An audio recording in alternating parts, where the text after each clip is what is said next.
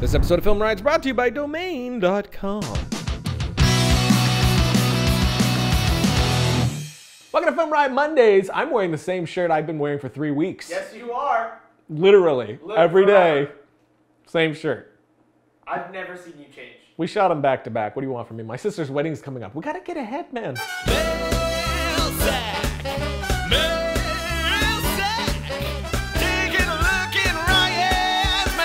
Favorite Martin Scorsese filming techniques? Thanks, Based Ryan. The only one that pops up into my head, obviously he's used the push-pull to some awesome effect. Everything he does with the camera is really interesting, especially his high angles.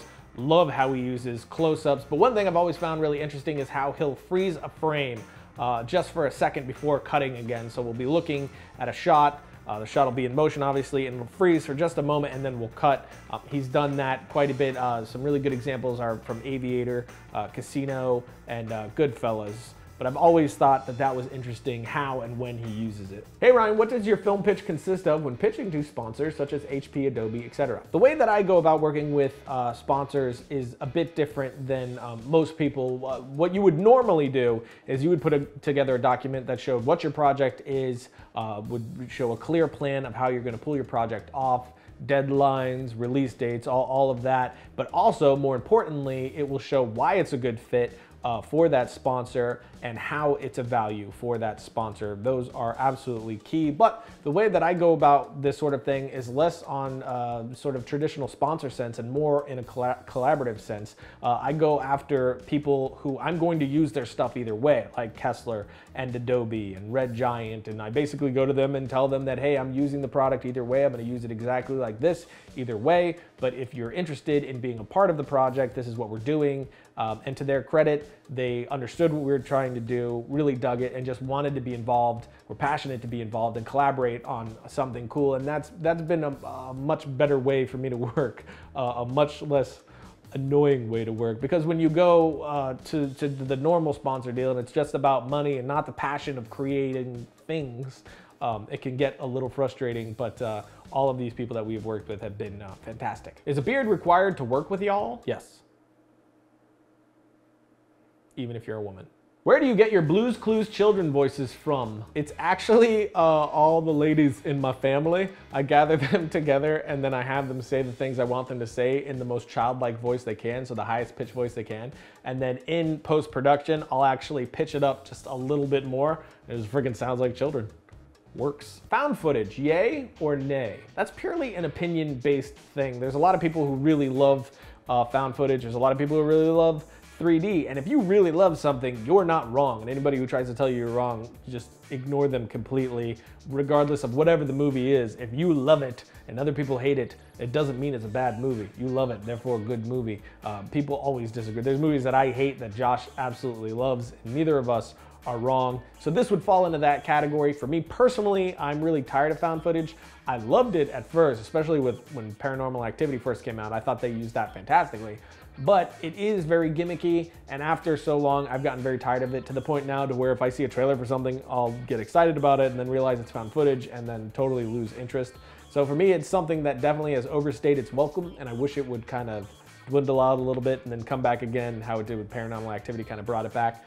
But again, it's purely opinion-based. If you dig found footage, there's nothing wrong with that, and you are not wrong. Can you put a second camera on Josh for Mail Sack Mondays? No. I'm always naked, so that would be not the best. He's not naked. He's wearing a sock. On my feet. Yes. Last question, if you were to hire someone to join the Film Riot crew, what skills would you consider to be the most important? Well, above all else, beyond even skills, is you have to be a good person. No douchebags. That's actually my rule, and it has been my rule in Film Riot since day one. Just my company, Triune. That is, we don't work with douchebags. We don't hire douchebags. If we find out somebody is a douchebag, we completely stop working with them. I don't care how much money they're putting into it. I don't care how talented they are. It's just, what's the point? If this thing isn't fun to do, what's the point? I mean, some people just like to go head to head and have that conflict. I'm like, no, be a good person. And that should just be how you live. Just be a good person, care about people. That's number one. Number 2 would be talent and creativity. That trumps all technical skills. Technical can be learned in time compared to creative. Technical is not that difficult. You just need to learn that specific thing on how to do it. It's a lot more mechanical and a lot easier to learn. Creative and talent, that's a lot harder to learn and something that you really should start refining immediately. Read as much as you can, watch as much as you can, start to understand these things. Creative is something that I think to some extent you kind of have or you don't, but it's something that either way you need to learn and refine and work on and work out that muscle. And that, for me, is above all else. What ideas are you bringing to the table? What fresh new thing are you bringing to the table? That's what's gonna make you stand out above all else, are your ideas behind the thing that you're doing, not the technical way that you did it. Domain.com is a place to go if you're trying to get your sales on the internet. Nailed it. Yeah? Got it. Yeah, you like that? Solid. I was rehearsing it before we did this. So bad. In the, what? What? Like bad as in like bad to the bone. Yeah. Okay. Yeah. Domain has the hosting Definitely plans. that. What? It was definitely that.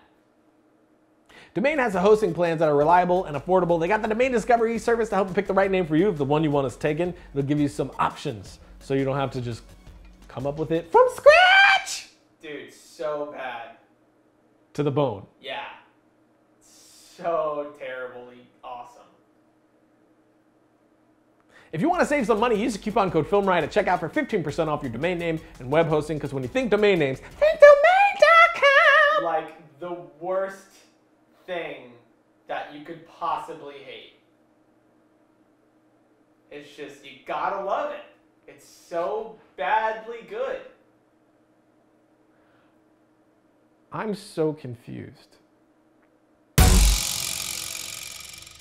Logo. So that's it for today, which means it's time for my suggestion of the week. This one is by Paul Thomas Anderson. It is a short film called Cigarettes and Coffee. It was before he got his big break. I love watching the short films of filmmakers before they made their first feature. I always think it's interesting to see where they were at, what sort of techniques they were using that sort of led into where they were, or you know, the short films, which I believe this is a short film that was sort of a breakout for him. So definitely check it out right here. It's a VHS rip, so the quality is not super great, but definitely worth your time. And don't forget about the Monday Challenge, which is still going on right now. If you don't know what I'm talking about, check it out right here. It's due on October 3rd, so make sure you're cracking that baby out. And until next time, don't forget to write, shoot, edit, repeat.